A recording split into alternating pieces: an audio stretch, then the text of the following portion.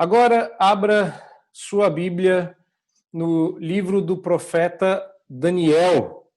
Nós vamos fazer a leitura dos versos 8 a 16. Nós vamos ouvir nesta manhã sobre uma vida de coragem vivida debaixo da fidelidade de Deus. Porque Deus quer que nós vivamos corajosamente debaixo de sua fidelidade. É uma ordem, é um convite a uma vida de coragem. Reparem, nós não vamos falar de política, não se trata de ser isento ou não isento, não se trata desta discussão pueril e rasa. Se nós temos que escolher um lado, ele tem que ser o de Deus. Mas de que lado Deus está? Do dele. Mas quando a gente olha para a história de Daniel, a gente vê mais coisas quando a gente olha com atenção. Porque chegamos ao momento esperado. Chegamos àquele texto que quando a gente chega no livro de Daniel, a gente quer ir direto para ele. Porque estamos sempre focados nas coisas maravilhosas, nas coisas fantásticas que acontecem. 2 avisos. Bom, primeiro é que a vida normalmente passa-se na tranquilidade, na normalidade. Não existem eventos extraordinários com tanta frequência assim. Mas eu acredito que a pandemia, quarentena e tudo que nós temos experimentado trouxe para nós algo mais. Trouxe para nós a percepção que dias extraordinários ainda podem acontecer. Você estaria preparado para passar por ele? Você teria um coração resoluto, tal qual de Daniel, para viver corajosamente dias difíceis debaixo da fidelidade de Deus? Pois bem, esse é o desafio de hoje. Preste bastante atenção à leitura e exposição do texto da Palavra de Deus. Se quiser, o que eu recomendo, acompanhar na sua Bíblia para que você visualize o contexto, é bom também. Se não, a gente faz por aqui mesmo. Daniel 1, 8 a 16 diz que resolveu Daniel firmemente não contaminar-se com as finas iguarias do rei, nem com o vinho que ele bebia. Então pediu ao chefe dos eunucos que lhe permitisse não contaminar-se. Ora, Deus concedeu a Daniel misericórdia e compreensão da parte do chefe dos eunucos. Disse o chefe dos eunucos a Daniel: tenho medo do meu senhor, o rei, que determinou a vossa comida e a vossa bebida, porque, pois, veria ele o vosso rosto mais abatido do que o dos outros jovens da vossa idade. Assim poríeis em perigo a minha cabeça para com o rei. Então, disse Daniel ao cozinheiro-chefe, a quem o chefe dos eunucos havia encarregado de cuidar de Daniel, Ananias, Misael e Azarias: experimenta, peço-te, os teus servos 10 dias, e que se nos deem legumes a comer e água a beber. Então, se veja diante de ti a nossa aparência e a dos jovens que comem das finas iguarias do rei, e segundo vires, age com os teus servos. Ele atendeu e os experimentou 10 dias. No fim dos 10 dias, a sua aparência era melhor. Estavam eles mais robustos do que todos os jovens que comiam das finas iguarias do rei. Com isto, o cozinheiro-chefe tirou deles as finas iguarias e o vinho que deviam beber e lhes dava legumes.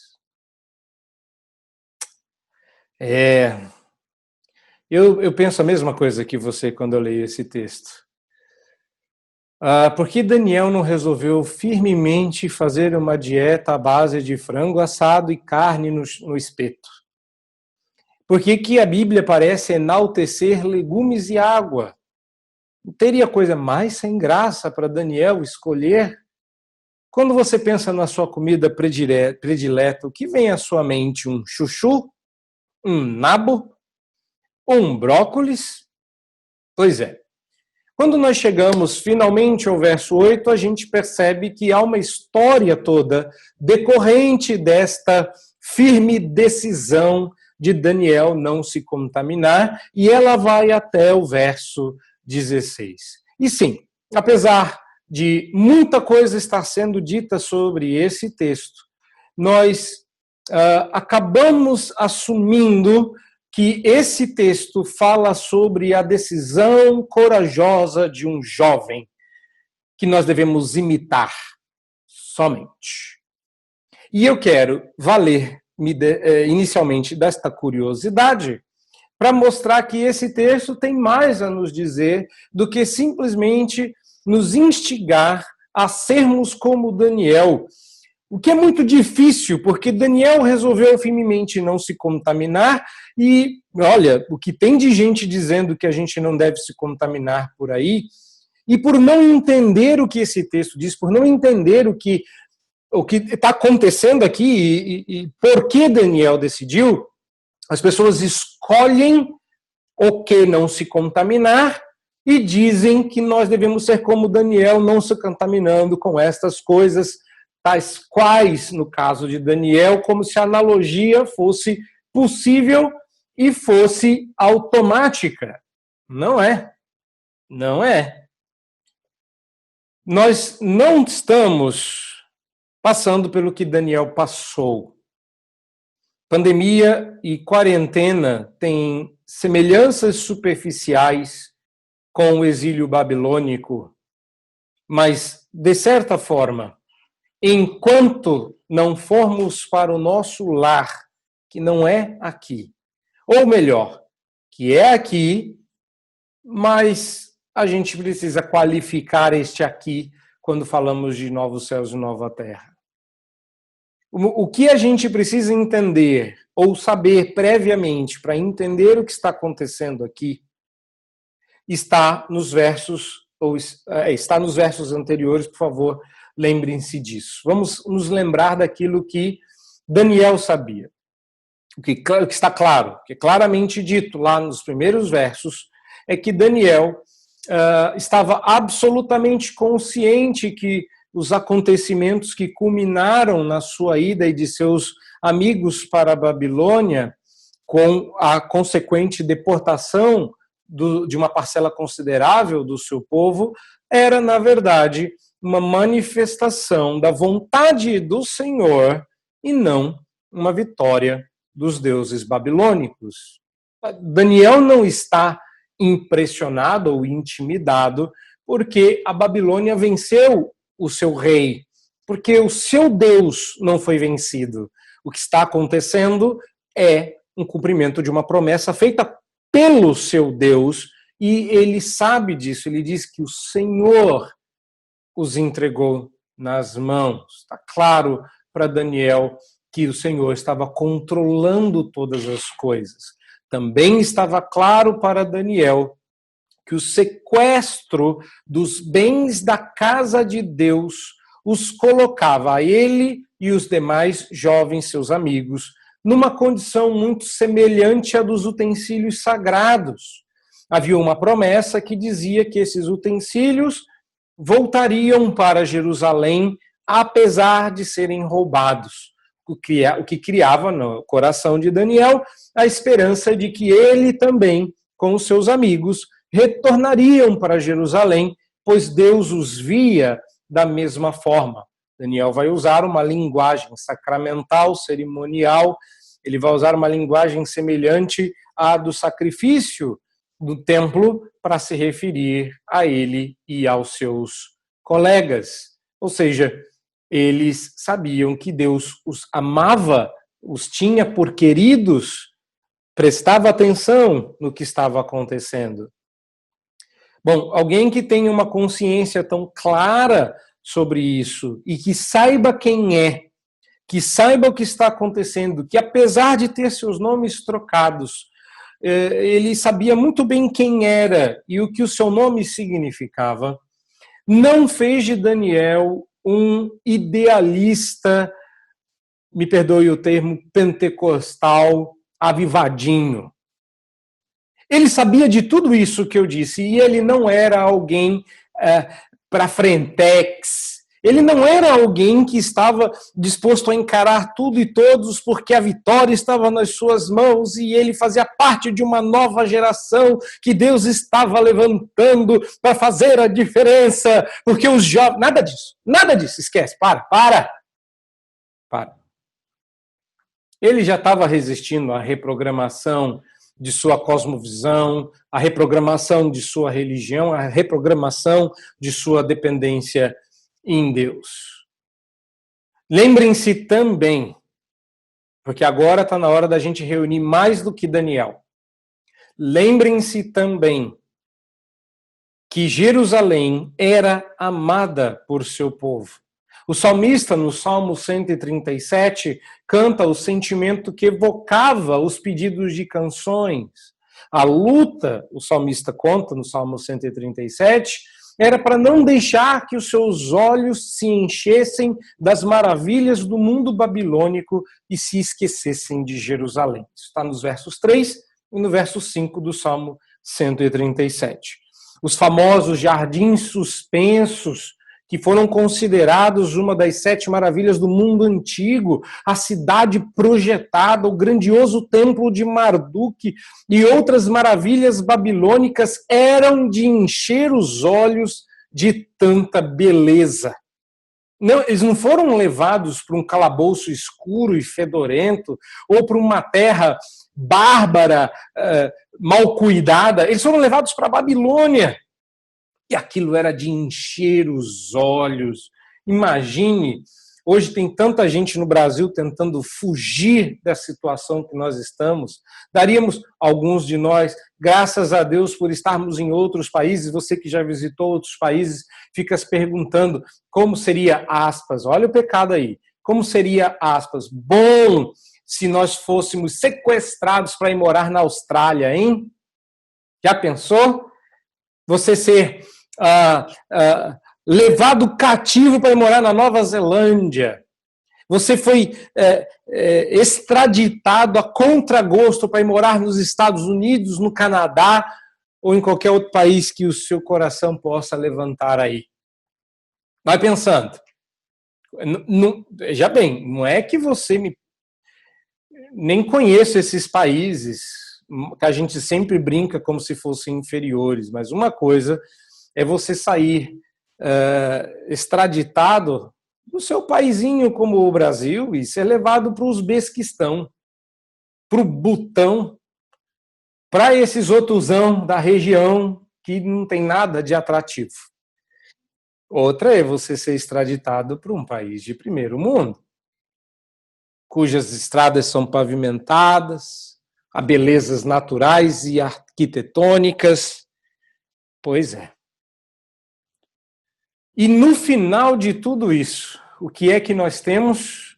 Nós temos uma ignorância de todo esse contexto. E quando a gente vai para o verso 8, tudo que a gente quer ver é o triunfo do vegetarianismo, ou o triunfo da piedade.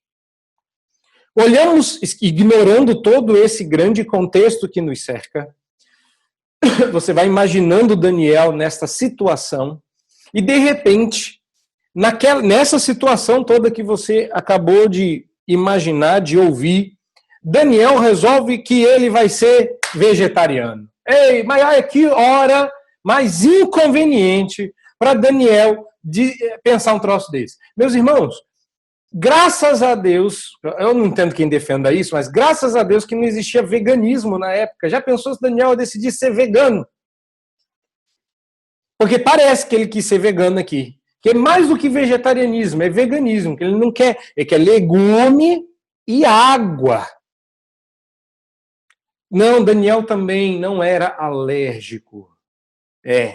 Não era alérgico a cacau, amendoim, nada disso. Ou a porco, alérgico à carne de porco, não posso. Não era o caso de Daniel. Fosse, talvez ele não resolvesse tão firmemente assim. E eu acho que essa é uma visão errada. É importante a gente gastar mais um tempinho aqui, porque as pessoas que abordam esse texto esquecidos desse contexto dizem que você deve não só ser como Daniel, mas fazer a dieta de Daniel. Ou você deve ser como Daniel e triunfar pela piedade, ou você deve fazer a dieta de Daniel e triunfar pelo vegano-vegetarianismo. E eu acho que as duas abordagens estão erradíssimas, erradérrimas, e o que mais a gente puder dizer de errado. A decisão de Daniel, como se vê no verso 8, não foi um mero ponto de inflexão na história do personagem. Talvez você, numa leitura apressada, já tenha concluído que o livro de Daniel fala sobre pontos de inflexão, momentos chaves na história que mudam o rumo das coisas. Mas abordagens que exaltam a decisão de Daniel tenderão a ser moralistas, encorajando uma piedade idealista. Você deve ser como Daniel, fazer as escolhas de Daniel, comer o que Daniel comia, e aí dá ruim. E ninguém quer comer o que Daniel comia. Entretanto, eu já passei meio que por isso. Uma das primeiras vezes que eu fui para os Estados Unidos, a casa em que eu ficava hospedado, os donos da casa resolveram, entre uma ida e outra minha, que eles iam ser vegetarianos. Bom, já havia se passado àquela altura uma semana que eu estava lá e eu ainda ficaria mais uma semana. E aí, eles disseram que haveria um churrasco, barbecue, no sábado. Meu coração se encheu de esperanças, falsas esperanças. Quando eu desci e o churrasco já estava comendo solto, todo mundo lá, o churrasco ia sair, a gente deu graças. A hora que destamparam as panelas, abriu-se a churrasqueira norte-americana, né? A hora que abriu a churrasqueira, meus irmãos, parecia comida, mas não era. Porque aquilo que de longe me lembrava uma linguiça eram cenouras. Os bifes, quando eu cheguei perto, eram beterrabas. Não, beterraba não, aquela outra. Berinjela, o que consegue ser pior? Tinha hambúrguer de berinjela, bem cortadinho, assim, redondo, sabe? Lindo, no fogo, feito na brasa. Era churrasco, mas era de legume. Meu Deus. Eu não creio que a história de Daniel se trata de Daniel. O personagem principal desse texto, no meu entender, sequer é Daniel. Eu creio que o personagem principal desse texto é Deus. Segundo, antes de entrar nesse texto, eu creio que nós não teremos oportunidades semelhantes às de Daniel. Talvez em menor escala, mas nada dessa monta. Então, é importante a gente entender o verdadeiro ensino desse texto. Então, me permitam começar a mostrar para os irmãos algumas coisas que podem fazer a diferença. A primeira delas é chamar a sua atenção para as vezes em que a expressão finas iguarias do rei se repete. Talvez você não tenha se apercebido disso, que só neste texto, só nesta porção, a expressão aparece 3 vezes, mas ela é repetida a exaustão no trecho do capítulo 1. Me parece que o ponto aqui é as finas iguarias do rei, ou são as finas iguarias do rei, e não a pessoa de Daniel. São as finas iguarias do rei que estão em foco nesse texto, e a gente deve usá-la como uma espécie de referência. Então você vê aí várias vezes. Agora, você notou que ela começou a aparecer antes dessa porção, e que se você está com a sua Bíblia aberta e você for ao verso de número 5, você vai ver que lá no verso 5 é a primeira vez em que a expressão finas iguarias do rei se repete, introduzindo este assunto que está sendo explorado aqui nos versos 8 a 16, e que nós somos surpreendidos como vindo do nada a decisão de Daniel de não se contaminar, ao passo que finas iguarias do rei está aí o tempo todo? Pois é. Eu acho que é por isso que às vezes a gente perde o foco do texto, alegando que aqui é uma receita para uma vida saudável, a famosa Dieta de Daniel, 2Ds, né? DD, Dieta de Daniel, ou Daniel Detox. Mas eu acho que não é isso não, viu? Eu acho que esse texto não está dizendo que a gente tenha que comer legumes com águas. E mesmo que eu esteja na internet, eu acho que eu ouvi um amém vindo da sua casa aí, bem alto. Você disse amém, não disse? Pois é. Não, meus irmãos, não existe uma dieta de Daniel, até porque eu vou mostrar aí que essa dieta de Daniel é mal furada. Vou mostrar mesmo, mas não no sentido que você está pensando. Preste bastante atenção, porque esse texto não está dizendo que Daniel ficou mais bonito e atlético na mesma referência que nós temos hoje, que Daniel apareceu saradão, com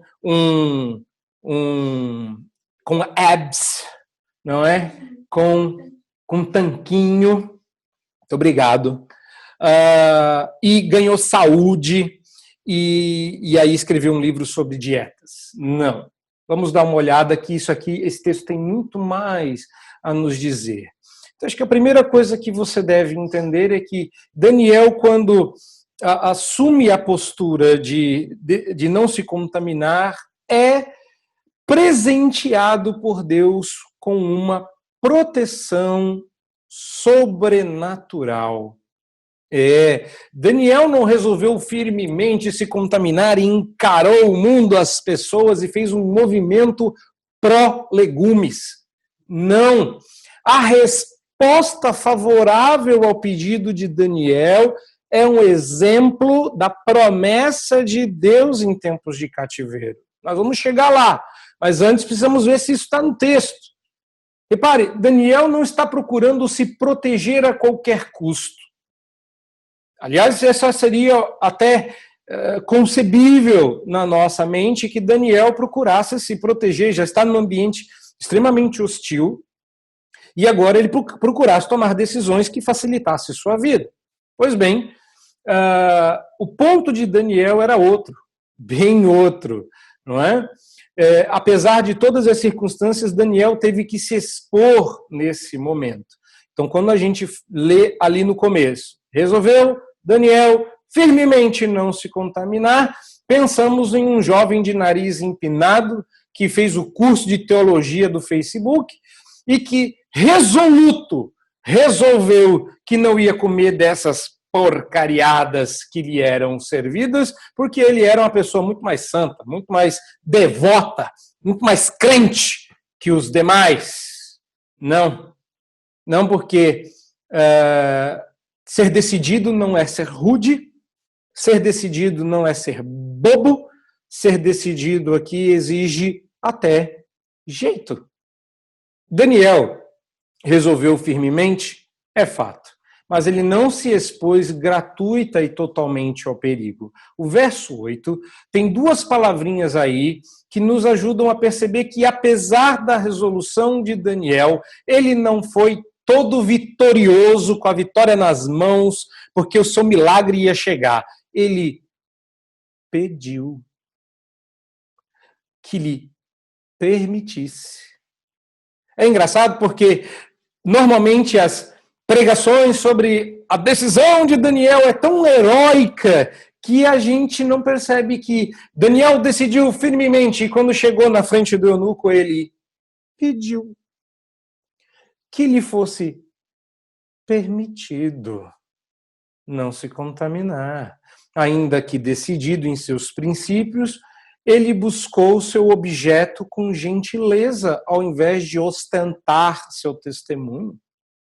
É curioso como, quando queremos publicar nossa piedade, ela causa mais ira que admiração. Eu gosto de Daniel porque ele não resolveu firmemente publicar no seu Face a decisão que ele tomou. Essa era uma atitude do coração. Eu quero que vocês entendam que Daniel escreveu isso para nós, mas ninguém ficou sabendo na época dele. Porque literalmente o que Daniel escreveu aí não é que ele resolveu e disse: vamos, gente, vamos encarar. E chegaram os 4, cercaram o eunuco e falaram: aí, legume e água. Não. O que você tem é que o texto diz que propôs em seu coração com firmeza. Propôs em seu coração.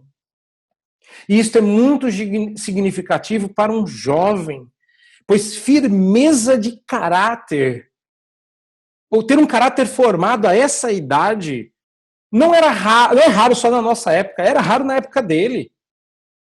O que esse rapaz fez foi decidir em seu coração.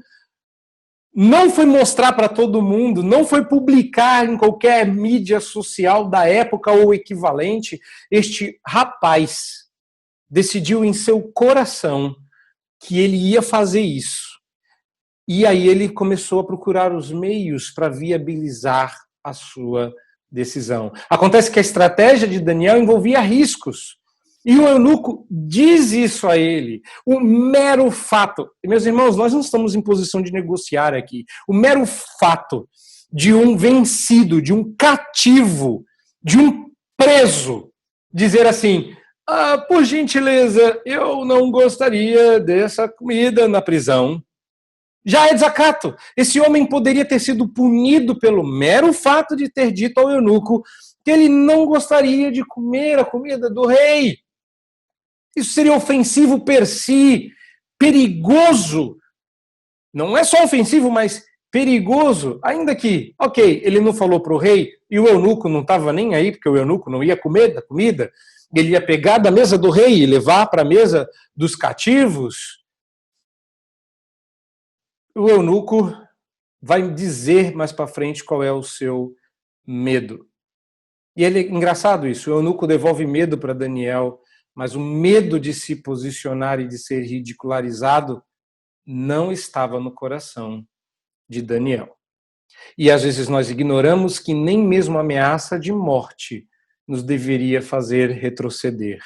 Daniel sabia que o pedido dele implicava até em uma morte prematura, mas ele precisava tentar. Ele não fez isso triunfalisticamente, ele fez isso com educação. Mas o surpreendente mesmo, meus irmãos, pasmem os senhores e as senhoras, não é a decisão de Daniel. O que é surpreendente é que Deus, que a gente pula para o eunuco. Surpreendente é que Deus concedeu a Daniel misericórdia e compreensão. Isto é surpreendente. Deus fez com que ele encontrasse favor. Você sabe o que diz em Provérbios 16, 7? Sendo o caminho dos homens agradável ao Senhor, este reconcilia com ele os seus inimigos. Então, Deus deu a Daniel uma proteção sobrenatural e isso é o surpreendente. A gente fala muito da decisão de Daniel e fala pouco do que Deus fez. O personagem principal é Deus, foi Deus quem deu compreensão, foi Deus quem colocou Daniel ali. O ponto não é a decisão de Daniel, mas e como Deus era fiel. Agora, Daniel estava determinado a não se contaminar com as finas iguarias do rei. E normalmente as pessoas focam no verbo contaminar. Ele falou contaminar. E as pessoas enfatizam isso. Por quê? Onde elas querem chegar? Que Daniel usou a palavra contaminar. Sim, a palavra está aí e está em mais lugares, inclusive. Mas esse texto, quando fala que não se contaminar é preciso, a pergunta é por quê? Por que que ele não podia se contaminar? E a primeira resposta que nós temos é a resposta legalista, que Daniel não podia comer comida que não fosse kosher, que não fosse feita conforme as orientações bíblicas. A outra opção é o ascetismo.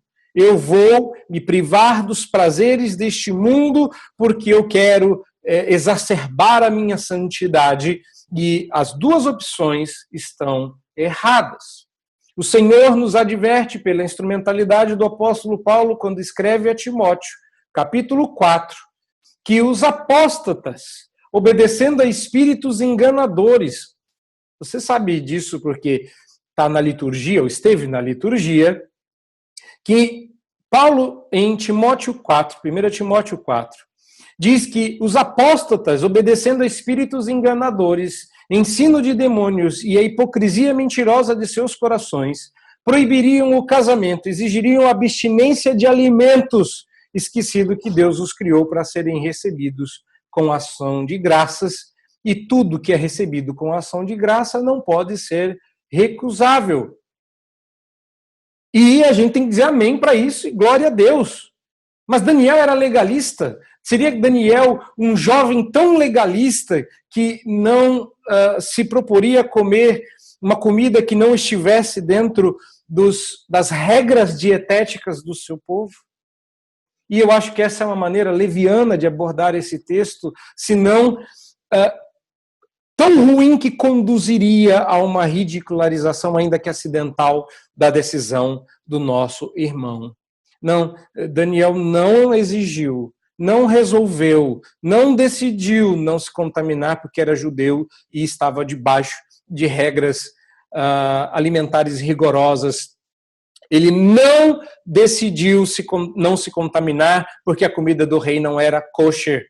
O texto não nos diz que ele resolveu não se contaminar porque viu na mesa do rei abominações e isso lhe forçaria a quebrar alguma regra alimentar. Na verdade, esse rapaz que conhecia tanto de Bíblia e tanto das profecias, e a gente já viu isso nos versos anteriores, muito provavelmente sabia também das profecias que diziam que o povo, quando fosse para o cativeiro, iria comer comida imunda. Razão pela qual profetas antes de Daniel tiveram que fazer a sua comida em cima de esterco. Jeremias foi um deles. Deus falou assim, você vai preparar o pão assado em fezes humanas. E aí ele falou, mas Deus, aí é um pouco demais, eu tenho te servido isso. Isso aí, olha, eu nunca contaminei os meus lábios com nada. Ele falou, tá bom, te dei esterco de vaca, mas você não vai deixar de fazer seu pão em cima de fezes. Por quê? Porque o povo de Deus será obrigado a comer comida suja, comida impura. Ou seja, não ia matá-los, era uma regra de Deus que implicava em cerimônias que apontavam para a pureza do sacrifício de Cristo, mas Daniel sabia que o ponto não era esse, que ele eventualmente seria obrigado a comer. E ele comeu! Eu não vou mostrar aqui, mas se você abrir a sua Bíblia em Daniel 10, verso 3, você vai ver que, novamente, Daniel vai fazer um jejum, agora por outros motivos, e o texto diz que ele vai deixar de comer carne e vinhos vindos da mesa de um outro rei. Ou seja, Daniel teve que comer a comida real eventualmente. Ou vocês acreditam que os persas respeitavam a tradução judaica mais do que os babilônicos? Só porque no capítulo 10 o rei é outro? Não. Daniel não voltou a ser chamado de Daniel no capítulo 10, quando ele disse que estava tomando vinho e comendo carne. Ele foi chamado de Beltesazar. Não, nada tinha mudado. Só porque tinha mudado o rei. Antes, eu acho que eu adiantei aqui, não. Antes da gente mudar, uma outra coisa que era importante é a resposta que o eunuco dá ao pedido de Daniel. O ponto do eunuco não era... Repare que a conversa, a gente não sabe se tem aqui o todo da conversa, mas a resposta do eunuco não foi as regras... eu vou ter que voltar aqui. As regras da sua alimentação judaica não podem ser respeitadas nas terras da Babilônia. O ponto não era esse. O ponto de Daniel, o ponto do eunuco, perdão, era que no final do processo de alimentação, ele, o eunuco, ia morrer por conta da decisão de Daniel, porque Daniel e seus amigos estariam menos robustos, com o rosto abatido em comparação aos demais jovens, e isso poria em risco a vida dele. O eunuco não está preocupado com as regras dos judeus, o eunuco não está preocupado com Daniel, o eunuco está preocupado consigo. Eu não vou arriscar minha vida, porque você resolveu ser vegetariano a essa altura da vida. Esse é o ponto do eunuco. Fala, ok, quando Daniel vai então para uma escala inferior de hierarquia, ele vai pedir ao cozinheiro-chefe que lhe permita então fazer um teste. Esse teste acaba sendo permitido. Mas uma coisa que chama a atenção na proposta de Daniel não é a escolha per si. Meus irmãos, é preciso não se contaminar, e a razão é dupla, contextual e teológica. O primeiro contexto nem é o imediato de Daniel. O contexto não é, estou indo para a Babilônia e a comida lá é mal preparada. O contexto era outro. A chave para entender isto é que Daniel demonstrou clara consciência de que Deus havia colocado ele numa situação, e a dieta que Daniel estava propondo era uma dieta muito semelhante à dieta que aparece em outro lugar da Bíblia. Curiosamente, esse outro lugar é de um outro profeta do exílio, e ele é Ezequiel, contemporâneo de Daniel. Ezequiel, capítulo 4, verso 9 a 11, você vê aí que toma trigo e cevada, favas e lentilhas, mete-os numa vasilha e faze deles pão, segundo o número dos dias que te deitares sobre o teu lado, 390 dias comerá dele. A tua comida será por peso, 20 ciclos por dia. De tempo em tempo a comerás. Também beberás água por medida, a sexta parte de um hin, de tempo em tempo a beberás. Ora, o profeta estava sendo tratado daquela forma, e a dieta vinha de Deus. Vocês vão comer a pobreza, a simplicidade, porque é isso que eu quero que vocês comam, para mostrar a humildade, a humilhação, a tristeza diante da situação de exílio. Aquela era uma demonstração de tristeza pelo pecado do povo que havia conduzido eles ao exílio. Não, Daniel não estava optando por vegetarianismo ou veganismo, pode ficar tranquilo. E Deus também não quer isso, porque toda vez que a gente come uma comida mais simples é porque alguma coisa não está certa. Quando a gente passa mal, a gente geralmente faz uma canja de galinha, uma sopinha com legumes, porque o nosso corpo não está podendo resistir à comida mais pesada. Foi Deus quem deu a dieta, não foi Daniel que disse, resolvi firmemente comer chuchu. Não foi. Foi Deus que disse, pega legumes, pega água, porque essa será a comida de um exilado. Mais para frente, nós até temos Ezequiel se referindo à justiça de Deus. Eu não vou colocar aqui não, mas se você quiser olhar Ezequiel capítulo 4, versos 16 e 17, você vai ver novamente a recomendação de Deus para que eles comam o pão feito de legumes ou de coisas vindas da terra. Me parece que a expressão legumes aqui em Daniel é um resumo, legumes e água, que é o equivalente ao que você está vendo aí, era até que as suas iniquidades fossem consumidas. Essa profecia não foi escolhida aleatoriamente, ela partilhava um significado comum que Daniel e Ezequiel conheciam, e este é o motivo teológico. Tem mais aqui nesse texto. Então você viu aí a comparação. Agora eu vou mostrar para vocês o motivo teológico pelo qual Daniel e seus amigos resolveram comer legumes e beber água. Aceitar a comida de Nabucodonosor seria repetir o erro de Ezequias no passado. Merodach Baladã, filho de Baladã, rei da Babilônia, havia ido a Jerusalém conversar com Ezequias. Mudou o Ezequiel aí, hein? Ezequiel é o profeta, slide anterior. Ezequias é o rei, slide atual, preste atenção. Ezequias, ancestral de Daniel, recebeu Merodach Baladã e seus presentes. Diz o texto que Ezequias se agradou dos mensageiros e lhe mostrou a casa do seu tesouro, prata, ouro, especiarias, óleos, arsenal, tudo quanto se achava em seus tesouros. Ezequiel ficou prosa, Ezequiel ficou orgulhoso, Ezequiel falou, olha, e olha com olhos bem abertos, porque tudo isso é meu. Ou seja, vocês estão fazendo bem ao me convidar para ser um aliado de vocês. Olha o que vocês ganharam. Eu estou aceitando a aliança entre ti e o meu povo. Vai ser bom para nós dois. E Daniel não podia fazer o mesmo. Daniel não podia aceitar os presentes da Babilônia, fazendo com que eles piorassem uma situação que já não estava boa. Ele sabia que isso traria o julgamento de Deus. Isaías vai a Ezequias e diz, que é que você mostrou para o enviado da Babilônia?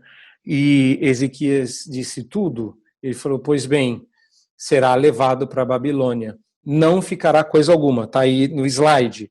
Disse o Senhor, dos teus próprios filhos que tu gerares, tomarão, para que sejam eunucos no palácio do rei da Babilônia. Está lá? Está lá? Daniel sabia disso. Quando os presentes foram oferecidos ao rei Ezequias, ele aceitou. Quando os presentes foram ofertados a Daniel, Daniel recusou. Isso sugere que o objetivo do estilo de vida simples que Daniel está propondo é relembrá-lo da dependência do seu Criador por comida e não de Nabucodonosor. O que Daniel está fazendo aí, antes dele, foi feito por Moisés e Urias.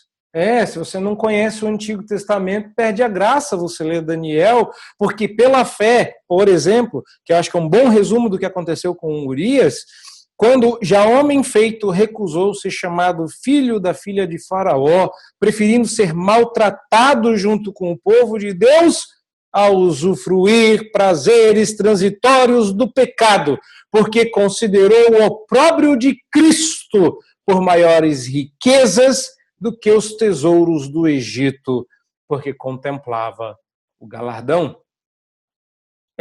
Meus irmãos, Daniel não resolveu firmemente se contaminar porque ele disse, eu comer esta comida? Jamais! Não. Daniel olhou e falou, está na hora da gente se unir ao povo que está lá embaixo sofrendo. Está na hora da gente se unir e sofrer o opróbrio, a humilhação, a simplicidade e as agruras de quem está no exílio. Nós não ganhamos a sorte grande. Graças a Deus que a gente veio para o palácio. Não! Essa é a hora da gente mostrar que entendeu que está debaixo de julgamento. Vocês topam comer legume comigo? Topam. Vamos pedir para o eunuco? Vamos. O senhor poderia, por gentileza, não me deixar contaminar? Não, não posso.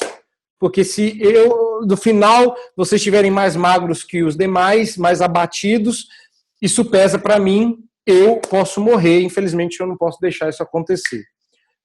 Vai para o cozinheiro. Você não pode fazer um teste? Não sei, 10 dias. 10 dias.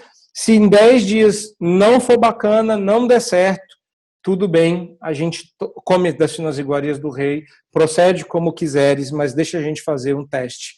Acontece que se no final de 10 dias Daniel e seus amigos tivessem definhado, Daniel já tinha atingido o objetivo dele. Mostrar tristeza, mostrar humilhação, mostrar dor. Deus, eu entendo a sua mão pesada sobre Israel, é fruto dos nossos pecados. Mas não foi isso que aconteceu. Quando acabaram os testes de 10 dias, esses meninos não estavam mais magros. A gente vai chegar já já, porque esse é o terceiro momento do texto. Aqui, eu quero lembrá-los que nós também deveríamos construir em nossas rotinas diárias lembretes de nossa dependência de Deus pelas coisas boas da vida. Dar graças antes de comer a comida com muita fome é uma dessas formas. Quando a gente enaltece a nossa fome acima da ação de graças, a gente diz que antes importa eu passar bem do que eu ser dependente de Deus. Orar com fome é um desafio. Talvez você sempre faça isso. Mas o que é importante é que um ato simples como esse pode evidenciar que você entende que a fonte de todo o bem é Deus. Isso mantém os seus olhos fixos no Senhor. Uma outra forma de você entender, aqui no caso de Daniel, a escolha era contextual. Ezequiel estava comendo exatamente o que Daniel resolveu firmemente comer, resolveu em seu coração se igualar, abraçar o profeta e sofrer com ele as agruras que o povo dele estava sofrendo lá em Jerusalém ou nos trabalhos da Babilônia. Mas uma outra forma de você, hoje, também entrar na mesma frequência do pensamento de Daniel, não é fazendo a dieta de Daniel, comendo legumes com água, não é fazer jejum de alface ou jejum de Coca-Cola, é fazer jejum. Deliberadamente escolher a abstinência de prazeres legítimos e satisfações deste mundo, para que você se lembre da sua dependência de Deus. Nós fazemos pouco jejum. Nós nem sabemos para que serve. Não estou dizendo para você sair daqui agora e fazer jejum. Eu mesmo não vou sair daqui hoje e fazer jejum. Não se trata disso. Se trata de que o jejum deve estar sobre a mesa. De que a possibilidade de você jejuar deve ser real. Jejum a gente não faz. Não. Jesus disse que quando ele fosse, o povo dele, os discípulos dele, fariam jejum. Quando? Aonde? Cadê esse povo fazendo jejum? O jejum é uma coisa que a gente deve utilizar. Você não deve sair por aí dizendo que faz jejum. Só estou dizendo que você deve ter ele à mão, até porque se você faz jejum e publica no Face uma foto sua, sozinho, no meio do mato, orando e jejuando, já perdeu todo o propósito do jejum. Omitir uma refeição no lugar de devotar tempo para orar é uma forma potente de mostrar nossos olhos fixos em nossa verdadeira herança e nossos corações esperando pelo verdadeiro banquete. Pense nisso. Essa é uma forma bem prática. Agora, a gente chega no final, que é o grande tchan. É o resultado sobrenatural que essa escolha teve. Um resultado que é dado por Deus. A escolha de Daniel não conduziria a este local. Se, por um lado, Deus deu aí compreensão e misericórdia, isso demonstrava proteção sobrenatural, Deus também deu um resultado sobrenatural para essa escolha, porque não era uma escolha de Daniel, era uma escolha contextualizada, profética. Deus disse para Ezequiel e Daniel se alinhou à vontade de Deus, à vontade revelada de Deus, à vontade preceptiva de Deus que havia sido dito. Então, ao escolher legumes e verduras, Daniel e seus amigos embarcaram numa dieta que terminaria com eles mais magros e abatidos. Onde, meu irmão, minha irmã, você está me ouvindo aí, onde você ouviu falar, antes fosse, onde você ouviu falar que comer legume com água engorda, antes fosse verdade. Porque você deve estar aí pensando, mas eu até gosto de brócolis. Né? Você gosta de brócolis com molho branco, com um queijinho por cima, um alho frito. E também eu gosto, meu querido. Eu estou pensando em legumes e água. Você sabe como era feito? Você acha que o legume de Daniel vinha com páprica defumada e alho fatiado e lascas de amêndoa? Não, meu querido, era coisa simples e sem graça, uma coisa que eu diria junto com Daniel, vamos, Deus. Porque comer legume com água faz a gente perder peso. Eu, quando estava para me casar, lá no começo da história, eu sempre fui assim mais cheinho. Não tô dizendo que eu sou gordo, aquela coisa toda, mas eu queria casar bem. E aí o que eu fiz? Eu fiz a dieta de Daniel. Não, tô brincando. Eu comi bastante legume, tinha uma sopa horrorosa que eu fazia com legumes lá. Botava todo tipo de tempero do mundo, meus pais inclusive participam assistindo essa pregação. Onde se lembrar, eu me lembro do dia que eu passei mal, que eu estava comendo tanto legume e água, que eu fiquei fraco. E eu fui fazer não sei o que em casa, que eu bambiei as pernas, eu tinha emagrecido bem, tava só o filé do grilo. E aí o meu pai me parou e falou, rapaz, o que você está fazendo? Essa dieta vai te matar. Me sentou e me fez comer, porque eu estava fraco.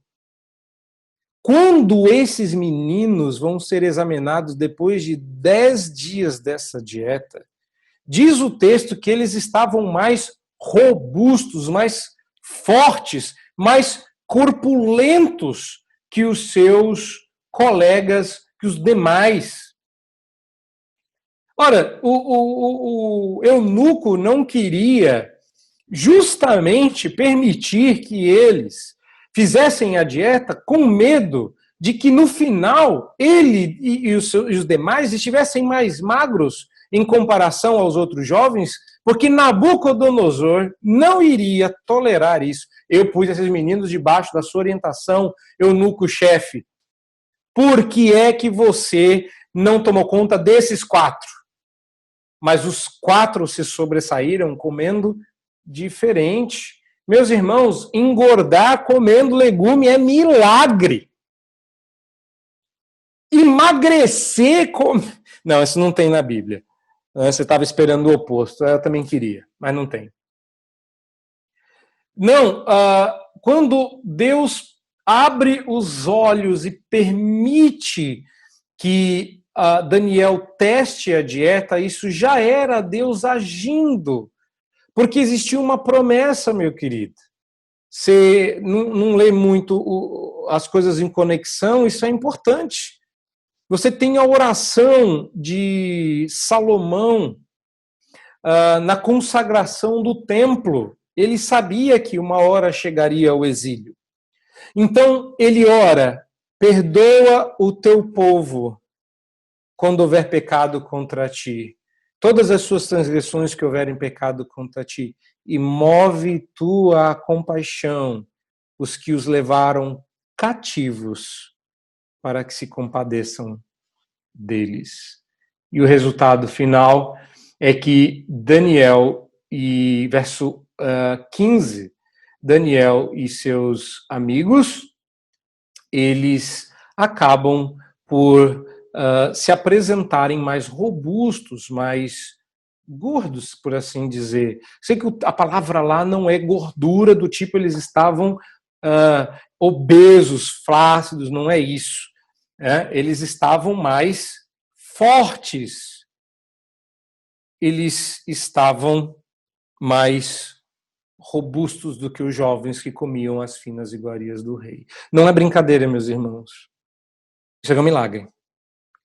Deus deu um resultado sobrenatural para esses jovens, como sobrenatural é a oração de Salomão por eles, tanto tempo antes de que isso acontecesse.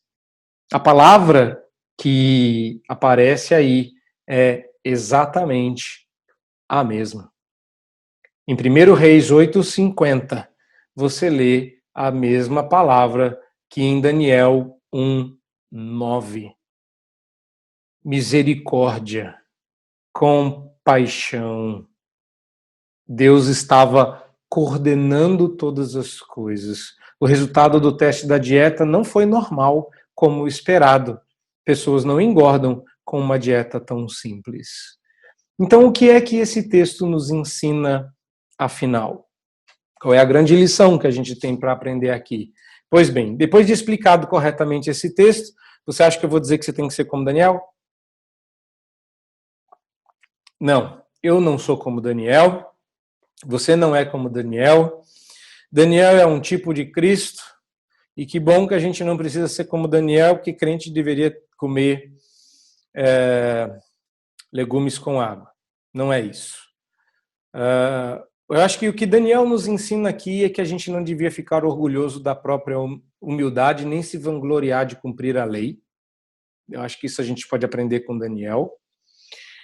Mas o grande objetivo dessa narrativa não é exaltar Daniel, nem sua decisão, nem a lei alimentícia, mas a misericórdia e a fidelidade de Deus que ele demonstrou a esses jovens. E essas são as boas novas do Evangelho. Não se tratam de proclamar pessoas como Daniel ou as escolhas de Daniel. O Evangelho proclama a fidelidade de Deus para aqueles que são fiéis. O Salvador veio salvar infiéis e contaminados como nós. O Evangelho é a história de um Deus que enviou o seu próprio Filho, que não se contaminou com as finas iguarias do mundo para salvar aqueles que estavam se deliciando à mesa de Nabucodonosor. E ainda estão. Não se trata de um Deus que é fiel quando a gente é fiel. Se trata de um Deus que é fiel, ponto. E que salva infiéis, mas que é muito melhor que você seja fiel do que infiel. Nossa salvação, segunda lição, não repousa sobre a nossa habilidade de permanecer ou não incontaminados deste mundo, mas na oferta não contaminada e pura que Jesus ofereceu em nosso lugar. É disso que se trata.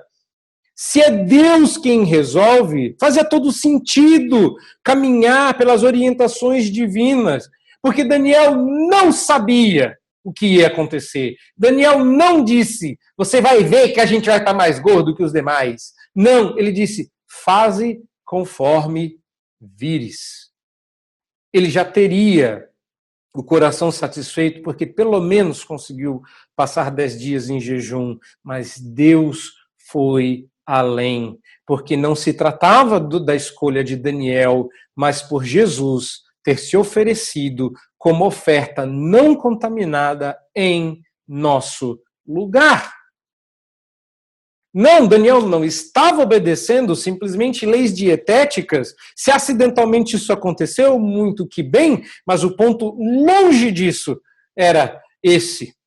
Ele se recusou a comer das finas iguarias do rei, ele se recusou a comer da mesa do rei, porque ele aguardava comer da mesa do verdadeiro rei. E o banquete do verdadeiro rei vem com pão e vinho.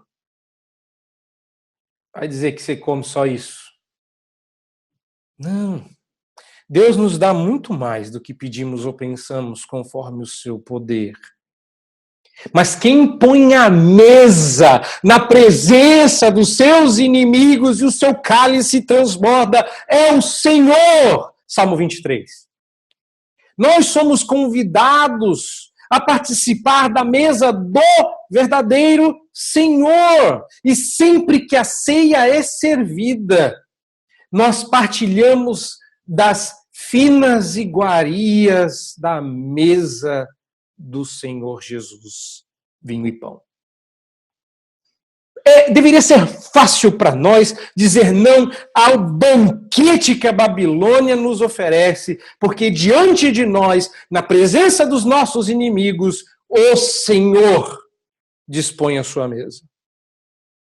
E nós comemos dela, não da mesa da Babilônia. Ai, que fome de comer das finas iguarias da mesa do Senhor Jesus. Por algum motivo, Deus resolveu que nós estaríamos de jejum. A gente tem que comer para sobreviver.